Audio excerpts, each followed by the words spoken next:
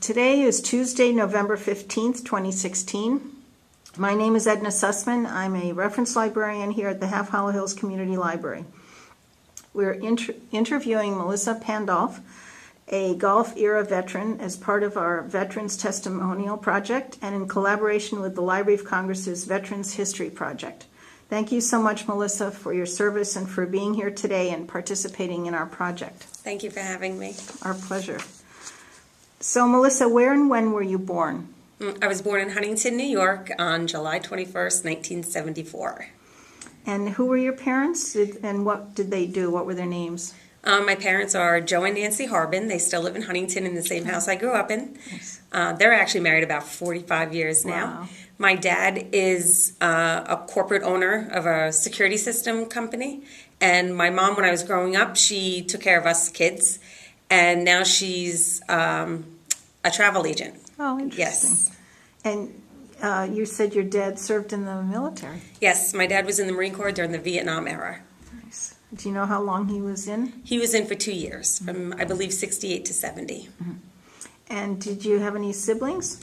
I have 3 siblings. Wow. I have an older brother, Joe, who is, I won't say his age. I have Christine, my sister, who's younger, and my younger brother, Matthew. Nice.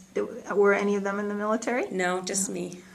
So what were you doing before you entered the service? Before I entered, I actually went to college for a year. I went to SUNY Farmingdale for 1 year to study education, but that wasn't the plan for me at that time, so I joined the military. It just wasn't, I wasn't ready for school, I would say that. It was trying to find my way. Okay. And which branch of the military did you serve? I joined the Air Force in 1993. So did you enlist? You weren't drafted? Correct, I was not drafted. I enlisted after I knew that college wasn't going to work for me, so, you know, growing up with the dad is a Marine, I knew I was either going into the military or going back to school and not hanging out on the streets or anything, so I joined the Air Force. Air Force. Why did you pick the Air Force? My dad wouldn't let me join the Marine Corps. Why? Really? He said if I'm going to go, I have to go Air Force, so. Oh, wow. Yeah. Were you interested in flying or? I was interested in traveling. So I wanted something that I could do, that I could travel a lot. And lucky for me, I got a good career field that put me overseas, so. You mean a career field from the Air Force? From the Air Force. They trained me. Oh.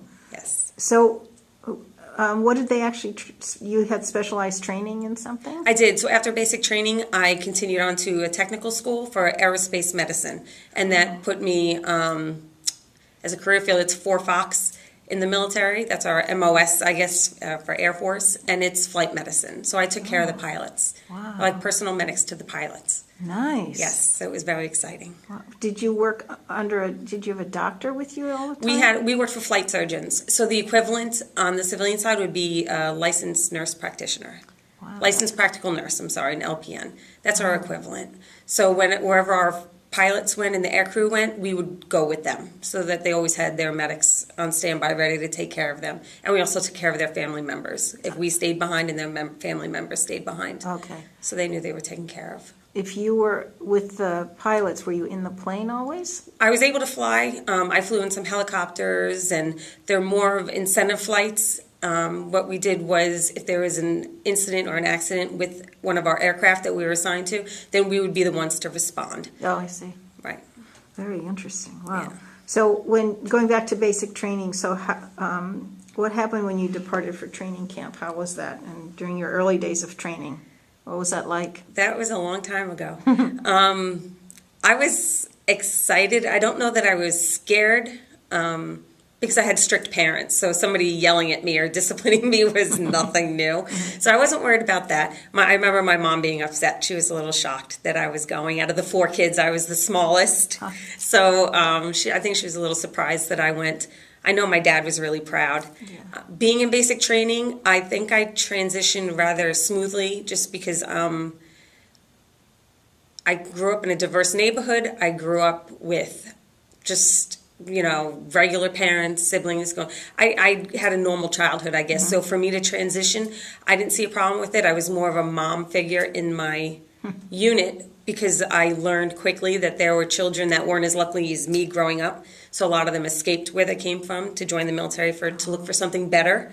So I was able to kind of help them along and Wow, how get through nice. basic. Basic at that time was 6 weeks, so it wasn't terrible. And where was that? I was at Lackland Air Force Base in San Antonio, Texas. So you So it were was great. living in Huntington and then were shipped out right away? Yes, so I grew up in Huntington, and when I signed the papers, within signing the papers, getting my career field assigned to me, which was flight medicine, and leaving was 48 hours. Oh, wow. So, Wait, did yeah. you want medicine necessarily? I wanted to leave Long Island as quick as possible, so Why? I did not have. I knew I was ready to go. Okay. So when they asked me what did I want to do, I never thought I'd join the military. It was never in my life plan. So when I decided to join, I was just like, okay, just get me in something good that I can translate to the civilian side and let's go. And it wound up being medicine. So they actually trained me from knowing nothing to qualifying me. I mean, some people don't like blood or any, I mean, you were okay with that? I was okay with it. It didn't faze me. Great. Good career. Yeah, it was very good. Do you recall your instructors? What were they like? I had a couple drill instructors. I remember Tech Sergeant Haynes. He was really tall. Well, I'm really short. So he was like over 6 feet. And I remember being in basic training. And when you're in flight, you're always in height order. So where I stood at the back, he was always right next to me. So I was always running really fast to try to keep up with the longer legged people up front. And at one point, he turned around towards the end of training, and he asked who I was. He's like, "Are you even in my flight, airman?" I'm like, "Sir, I stand next to you every day." That's funny. So it was kind of funny, but I remember him distinctly. He was a good guy. Why are you in height order? That's the formation. You go tallest to shortest, so it's So you're nice always and up even. front? It goes tallest, so tall is in front. Oh, Believe it or tall not. is in front. Yeah, so I was always at the back of the crew. So when you had to run in formation, the longer leg people, it's like slow down because my legs were a little short. Funny. So it was funny. So you received medical training. How long was that? 6 weeks? So basic training was 6 weeks, which was my initial basic training for the military. And then I was transferred to Brooks Air Force Base, which is also in San Antonio. That was the School of Aerospace Medicine. And that training was actually 9 weeks and 2 days. Wow. Yes, and they trained a lot. We got EMT certified before leaving there. They trained us on IV therapy, aircraft crash incident response. Wow. There was a lot of training that went in. It was 8 to 10 hour days, 5 days a week. Your job was to go to school. Wow. So that's what we did. Because when you think about it, an LPN is a couple of years. Yes. So they fit that into They fit 9 that all weeks. into 9 weeks, 2 days, and then you have on-the-job training. A lot of it is just get out there, get to your duty assignment, and start working. Wow. Yes. Did you have to use everything pretty much that you learned? I mean, You do. A lot of it's training, and it depends on where you get stationed. Depends on what tools you're taught to do to accomplish the mission, because not every base has the same mission. Okay. So with aerospace medicine, there's flight medicine, which is where I'm directly with my pilots and aircrew and families. There were physical exams, and then there was hearing conservation. So my career field was actually 3 departments combined to 1. So wherever the need was, you're all one team, but you worked in a specified area for what was a the period of third time. one? Conservation? Hearing conservation. Hearing conservation. Yes. So what we did with that was our aircrew members and anybody that worked along the flight lines that was exposed to loud noise, we would test them every year with OSHA standards to see how their hearing was faring. So make sure anything that they were exposed to, we would do blood work, we would test their hearing to see if their hearing is getting worse. So we can track them. Because of the planes. Because of the planes and any jet engine noise, the mechanics. I So, see. Oh, wow. Yes. How did you adapt to the military life? You said it wasn't a problem, like the food, barracks, military, physical regimen, and social life. It didn't faze me because I always shared a room with either my brother or my sister, depending on who was born at the time. So sharing a room with somebody didn't faze me. Making my bed or any of that, doing laundry, it didn't faze me. Again, my dad was a Marine, so he has a little OCD going on to begin with, so everything was always very routine and in order. So I had a pretty good transition. It wasn't too bad. You didn't mind. I didn't mind. So after the 9 weeks and 2 days training, then where did you go? After my initial training there, I was stationed to RAF Lakenheath, which is in England. It's about an hour and a half northeast of London. So that was my first duty assignment, and it was great. It was an F-15 base. Oh. So I went right to the jets. Wow. So that was a lot of fun. Yes. So that was interesting. What year was that? That was 1994. 1994 to 1996, I was there. In England? In England for 2 years. Wow. Yes. When you signed up, do you sign up for a certain amount of time? You sign up, when you do your initial enlistment at that time, you sign up for 4 years active duty and then 4 years inactive duty, which means if anything had happened after your initial 4 years, then they could have the ability to call you back. Yeah. However, after my initial 4 years, I transitioned into the part-time side, which was the Guard. So I joined the Air National Guard after that. Okay.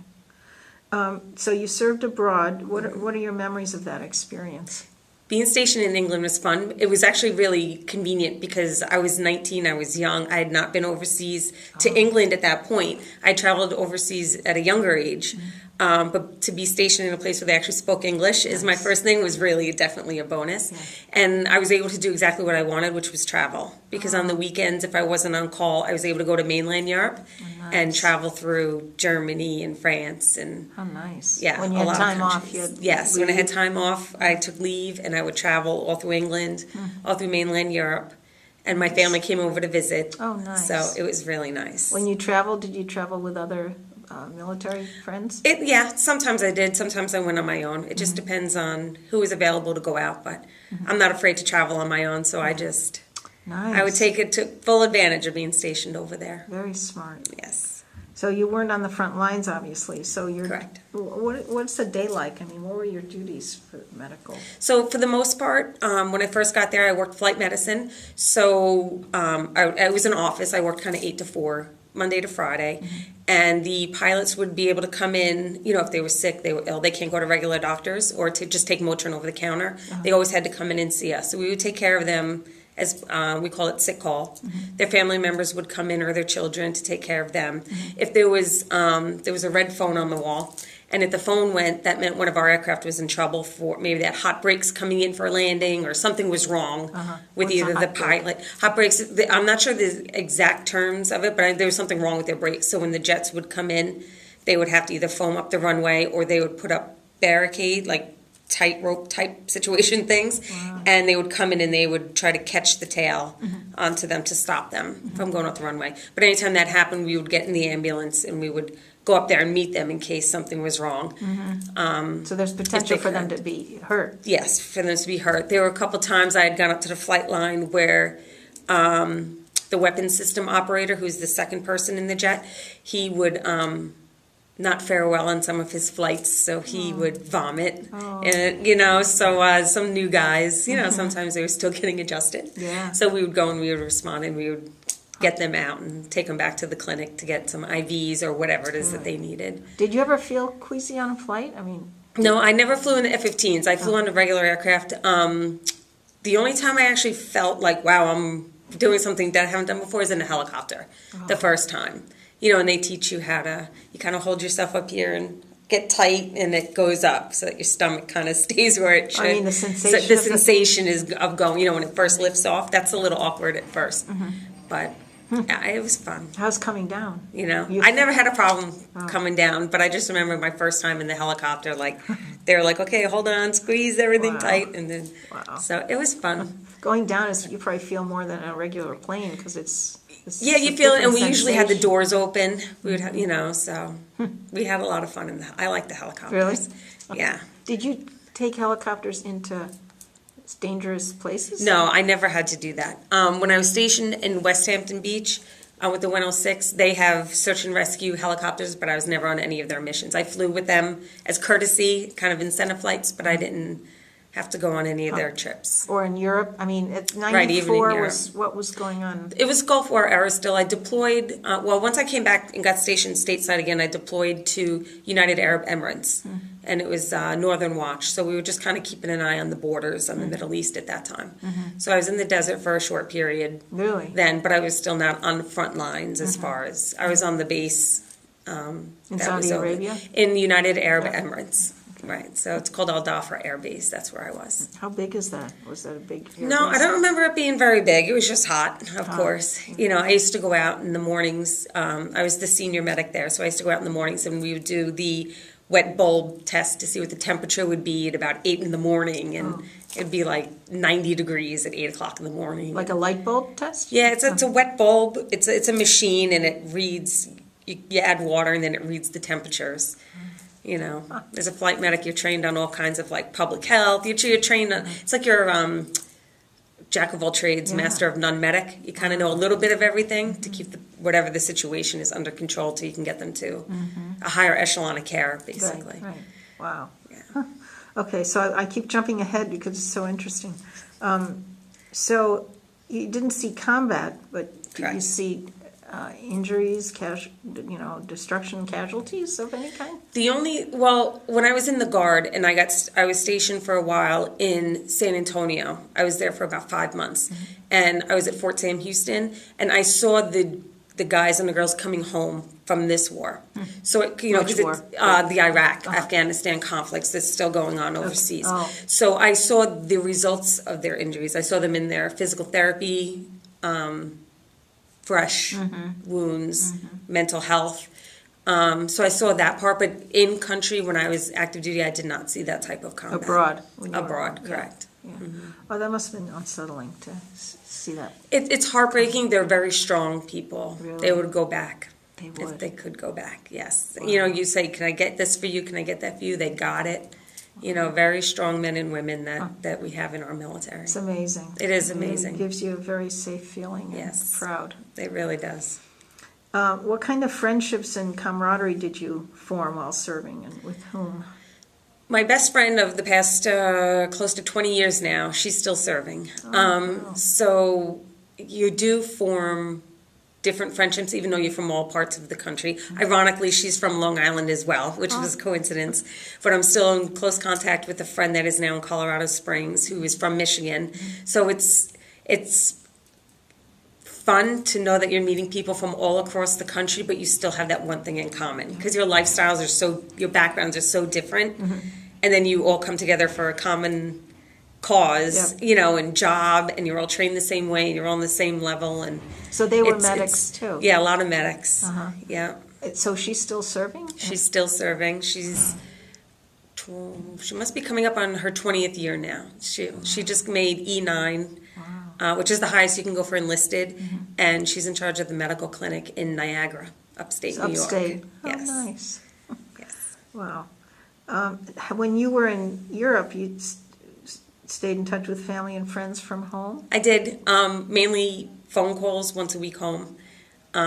Used to drive my parents crazy because they would collect calls. Oh, you couldn't You use the know. military phones? But no, you didn't use military phones, or writing. There was a lot of mail.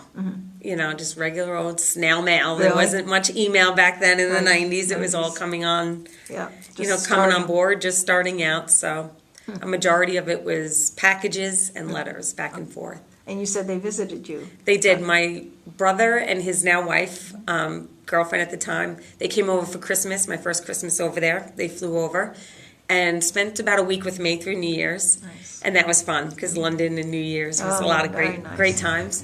And then I turned 21 when I was over there. So that was fun because my mom and my sister I knew were scheduled to come and see me for my birthday week. And when I got to the airport, we wound up all getting separated, and it was me, my sister, and my mom. We wound up at the hotel, and then when I got to the hotel, my dad and my younger brother were there. Oh, So it was a Surprise. funny surprise story. Yeah, Very so nice. Wow. yeah, it was cool. So the 2 years you were in England, you couldn't come home? I could come home, but I told my parents if they wanted to see me, they had to come over. I said I can come back to the States anytime. Good So I point. spent all of my leave essentially overseas. I would travel and yeah. Nice. So you said you traveled mainly for your recreation when you were off duty. What anything else you What did you, I mean, England had probably everything we have. Yeah, they do. Well, it was fun. I'm a big Disney fan. So I went to find Sherwood Forest. Oh, nice. You know, Peter Pan and Robin Hood, all this, Robin Hood and all this stuff. So I went over, you know, would drive to Sherwood Forest. We went to mainland Europe. We would take the ferry over, you know, me and some friends, like whoever's around. We'd go to mainland Europe. We traveled to Amsterdam and Austria and Germany. I actually flew to Germany on one of the military planes with a colleague. And we flew to Germany. We spent a few days in Germany. And then his wife was to be stationed with him in England. So we packed up her belongings and took her car, and we drove from Germany through the Autobahn, Really? through the Netherlands and everything, got on a ferry and came back to England Nice. with her car. So that was fun because I got to kind of travel through England. How much was your time off at a time, or you could vary that? Or? Yeah, you can vary it. I mean, for the most part, I had weekends off, and then we had 30 days vacation a year. So just kind of, Yeah, you know, and I was, you know, I was single, so I was able to just that's wonderful. do whatever I wanted to do. Did you go to like the Middle East or you know, Asia or? No, I've never been to Asia. As far as military, I've been to Asia. I've been to the east side of the Ural Mountains, which is about 2.5 hour plane ride from Moscow. But that was when I adopted my children, so that was non-military related. With your husband? With my husband. But I traveled Europe. Middle East, I only went once on my deployment. And I went to Spain one time. That was a fun trip. I was actually temporary duty. They call it TDY in the military. It's temporary duty. I was assigned to NASA for a space shuttle mission. And it was STS-71. It's the first time the Russians and the Americans actually had a joint mission to go to space. Where was that? So Where were you stationed? That was I was sent to Zaragoza, Spain, as part of the medical support team. So what happens is when the shuttle's to take off from Orlando, it has to have emergency landing sites overseas in case anything happens with the crew. So the shuttle will launch from Florida, but its trajectory basically was going east. So as the shuttle would go up, God forbid anything happened, the astronauts and such would be able to abort the mission, and if they aborted, they needed to have landing sites. So I was stationed at one of the landing sites, which was in Zaragoza, Spain at that time. Oh my gosh. So it was a few days that I got to spend there and be on the airstrip, and there were a couple astronauts there, and listen to Houston, and you hope you don't have to. and you hope you didn't have to, which we did not. Yeah, good. You know, which is a good thing. But it was a cool experience to. I never knew to that, say. but that's wonderful. Makes sense that there's safety measures like Yes. that. There's always medical personnel available. And Yes, in case anything happens with the shuttle, regardless of, you know, when it went over, they're called transatlantic landing sites, and there's different parts throughout the world that depending on where the shuttle is headed, it has the opportunity to land at specific points should the need arise. That is really, It's I never fascinating. knew that. It's fascinating. It really Yeah. is. Wow. It's pretty neat. Yeah. So, where were you when, you were in 2 years up in England, but then you were sent Then I came back to the to the States. States. I went to McGuire in New Jersey. Okay. How long were you there? I was there about 18 months. I finished out my first active duty tour there. So there I had the similar mission. It wasn't always the same because at Lakenheath, where I was in England, it's an F-15 jet base. McGuire's cargo. So it was a different aircraft. So our mission was a little different. But Lot accidents and longer. things could still happen. Yeah. Still part of the flight line and taking care of the air crew and their families. Yeah. Wow. When you came back, so you lived on base, or I lived on base the whole time The whole in time. dormitories. oh, Yes. nice. Yes. And your family was still back here on Long Island. Yes. Yeah. Yep. Did they come to visit also when you were in? In New Jersey, Yeah, my dad, right. he would drive every weekend to come see me down at McGuire, and he would actually bring me home on the weekends. Nice. So he knows the New Jersey Turnpike very well. Yes. Oh, nice. What about when you were in Texas? Well, I was in Texas for 5 months, and my husband came to visit me because this was a little later on. So my husband came to visit me when I was in Texas. But he pretty much stayed home with the kids on the home front. at Oh, that so that's point. right, because you were in for an extended period of time. I was in, right, I retired from the military, so I have 22 years in total. Wow. Yes, Fabulous. between active duty Air Force and the Air National Guard. Amazing. Yes. So you recently retired, but you were working not in the military as the Air National Guard. I mean, you were on, what was it? Right. So when I left active duty Air Force, I went to the Air National Guard, which is essentially a part-time position. Yeah. It was 1 weekend a month, 2 weeks a year. Eventually, I met my husband and got married, and Was kids he in the came service, along. or how- He was not in the service. Oh, how did you meet? We met through mutual friends here on Long Island. Okay. So we met and we got married, and then we had kids, and he pretty much raised the kids. What happens post 9/11, because Right. after 9/11, the mission of the Guard and the Reserves, our part-time military, changed quite a bit from being just 1 weekend a month to 2 weeks a year, and to more of a full-time role. 2 weeks were active? 2 weeks were active, and basically a unit or a group of people, like the medical group, we would go somewhere for hands-on training with another active duty unit to keep our skills going. But once 9/11 occurred, the mission changed. We became more of a full-time mission, so to speak, just Guard During and the 2 Reserve weeks? wide. Or during? Instead of the 2 weeks, it's just an ongoing. Wow. So I would be activated, I would be called back to active duty essentially for 6 months, 5 months, 18 months, 2 Wow. years. So it's a little different when you're Guard and Reserve going active duty, but essentially you were coming and going. How and did you weren't do sure. that with a kid? You had young kids.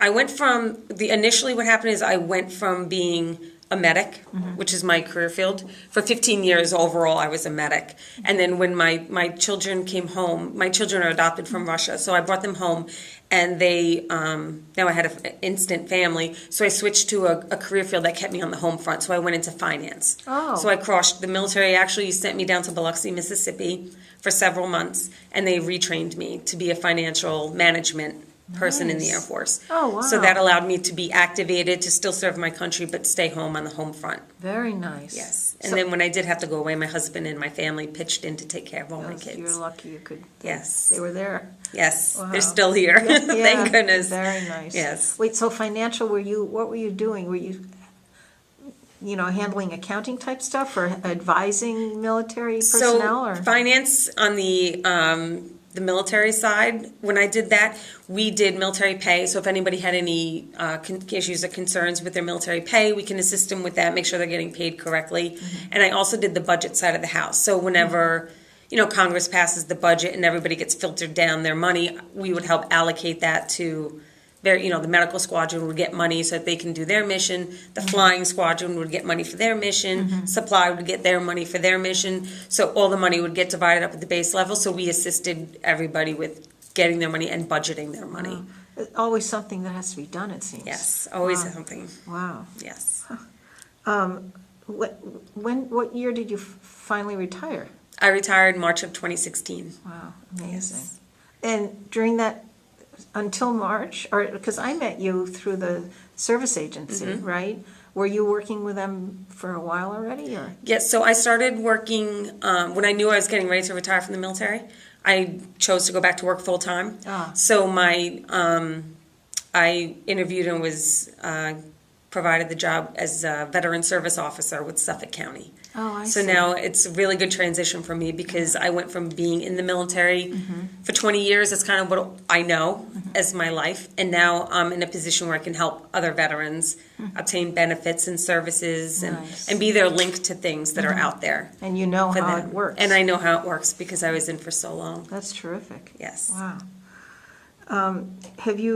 You said you remained in contact with a couple of friends from the military. Any others that you still keep in touch with? Mainly just a couple from the military, my friend in Colorado and my best friend that's up in Niagara. Those are my two key people. How's it feel to be separated from them? It's not really, because you're still dealing with veterans. Right, that's the which is best nice. part. Yeah. It's when you wear the uniform for 20, it's kind of who you are and who you know, what you know, so to get up and be like, what am I going to wear to work today? Yeah. It's a little different. You have to think of something. You have to Yeah. think of something, so that's kind of nice. But I do, the veteran service officer position is it's like home for me. It's just an easy, it's not even work. Oh, I that's honestly wonderful. I don't feel like it's work. I'm helping veterans. It's not always easy dealing with veterans, but because we're so hard-headed sometimes, so humble, and I'm like, no, this is for you, you're allowed to do this, and it's, no, I can't, because You see veterans every day? Every day. I Wow. talk to them every day, I see them every day, so sometimes I have to push a little harder to get somebody to apply for something or to understand that this is one of their benefits, but I love it. How do they know to come to your agency for what they need? A lot of it is community outreach. We try to go out to different organizations, community events, other outreach events, and just let people know we're here. Because if you don't know where to start as a veteran, it's just call us. We'll help link you. Oh, if you need a home, if you need a job, if you need a resume, if you need food, clothing. We don't provide all of that, but we can link you to who does. Oh, that's good. Yes. Like referral. Yes, exactly. But It's you're a great. county agency or not? Yes, You we are. work for Suffolk County. Suffolk County. Yes. Okay, so how do you think the military experience has affected, it's been a large part of your life, Yes. but how do you think Definitely. it's affected your life? Coming from Long Island, it definitely broadened my horizons as far as how people live, how little you need to live and to survive, especially being overseas, going overseas and seeing how other cultures, what they value, how they value things, what's important to them. It really brings it home what you actually need in life. And the diverse group of people that I've always worked with, it just, I say it all the time, you never know who you're speaking to. You treat everybody with respect. You don't know what anybody's going through. You don't know where they've been. Just like nobody knows who I am or what I've done. It's such I've had so much diversity in my life. I'm so lucky to great have that. experience, It yeah. really is a great experience. You probably pass that on to your kids. Yes, That philosophy, absolutely. which is terrific. Absolutely, because there's so many different types of people in the world, and going just from New York to New Jersey to Pennsylvania to Missouri or Wisconsin or Michigan, all these states that I visited, the culture and the people are so different, and you can learn from all of them. It's Yeah. the most amazing thing in the world. Yeah, and they're usually Yeah. all wonderful. Yeah, it's That's fantastic. great. So, what are some life lessons from the military that you feel you've learned? While it's difficult to do, admit when you're wrong. Really? Yes. I've had a couple instances where I've made mistakes, and sometimes it's easy to sweep them under the rugs, but you just say, I made an error, I can fix it, you take the consequences that are handed to you, and you move on. It's a lot easier than trying to... This was while you Beat were in around the serving? Yeah, while I was serving, I going from one base to the other, the rules aren't always exactly the same. Oh, I And see. sometimes you assumed one thing was the same, and it wasn't, and you had to go back and say, I made a mistake. How do and they I need deal to with fix that? it. They don't. Actually, it was taken very well. And it's sometimes it's an innocent mistake, and sometimes it's something that's like, wow, that was a big mistake. But you learn from it, and anything can be fixed. There's always consequences. I never had any bad consequences because I was truthful with what I did. There was never ill intent or anything like that. But just learning in life that it's okay. If you make a mistake, just say, I apologize. I didn't do the right thing. I should have researched more. Whatever it is, it's always better to tell the truth, even Right. though it's sometimes hard to do. Hard to do. Yeah. That's very good. How do you think your military service has impacted your feelings about war and the military in general? Serving in the military, because I didn't see combat, I did not go to Iraq or Afghanistan, so I cannot relate to how those individuals feel or the things that they're going through. I deal with them every day with the consequences of war, but I don't know how they got there. So I would never speak to that. What I would say about the military, though, is what I would want people to know, I guess. We're not all about war. We don't all pick up guns and go around shooting people. That's not what we do. We're humanitarians. We have a lot of humanitarian missions. If there's an earthquake, hurricanes, they send in the U.S. military to stabilize, to bring in supplies, to provide medical care, to bring in a Navy ship, Navy hospital ship. That's what we do. That's the U.S. military. We're there to protect and defend, obviously what's rightfully should be protected and defended, but we're not people that are going out there because we like shooting Conflict, things up or right. conflict or there's so much more to what we do, to what the U.S. military does. People and to don't what think the people that are. way. They don't, and that's usually if I go into a school and I'm speaking to children, Because the little kids like when they see a person in uniform, and I always tell them, we're there to help people. We're not there to go in and hurt people or do anything. We have to protect ourselves as a country, but we do a lot of good. We go into Haiti. We've been everywhere. Katrina, Sandy. You get activated. You go and you help your communities. Were you involved in any of those missions? Or? I was, Katrina, I was not. In Sandy, I wasn't. We were activated as a unit, but my home flooded during Sandy. Oh. So I had to take care of my personal immediate situation. But the military certainly comes in and they help stabilize and do whatever they have to do. So there's a lot more to the U.S. military than just That's conflict. good to hear. Yes. When you see them on TV helping, it's terrific, but you don't usually hear that from Right. that. Building schools in other countries, building hospitals in other countries. Nice. You know. Very nice. Were you ever injured or hospitalized while you served? No, I'm a service-connected vet, but not due to combat-related injuries. Okay. Was there anything that you did that you regretted while you were in the military? I haven't thought about that. I don't think there's anything that I regret. You're I don't always know. doing a good thing. with I try medical. to.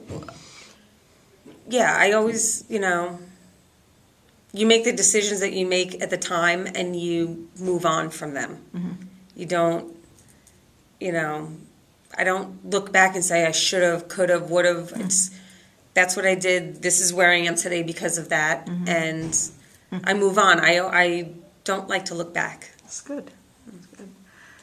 What message would you like to leave for future generations who might view or hear this interview?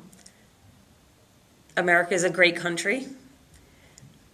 Defend it. Join the military if you can. It's an experience like you will never see anywhere else. It trains you. It gives you college education. It gives you benefits for a lifetime. There are people there to take care of you. It's an amazing experience. It's take care of the country, take care of your fellow Americans.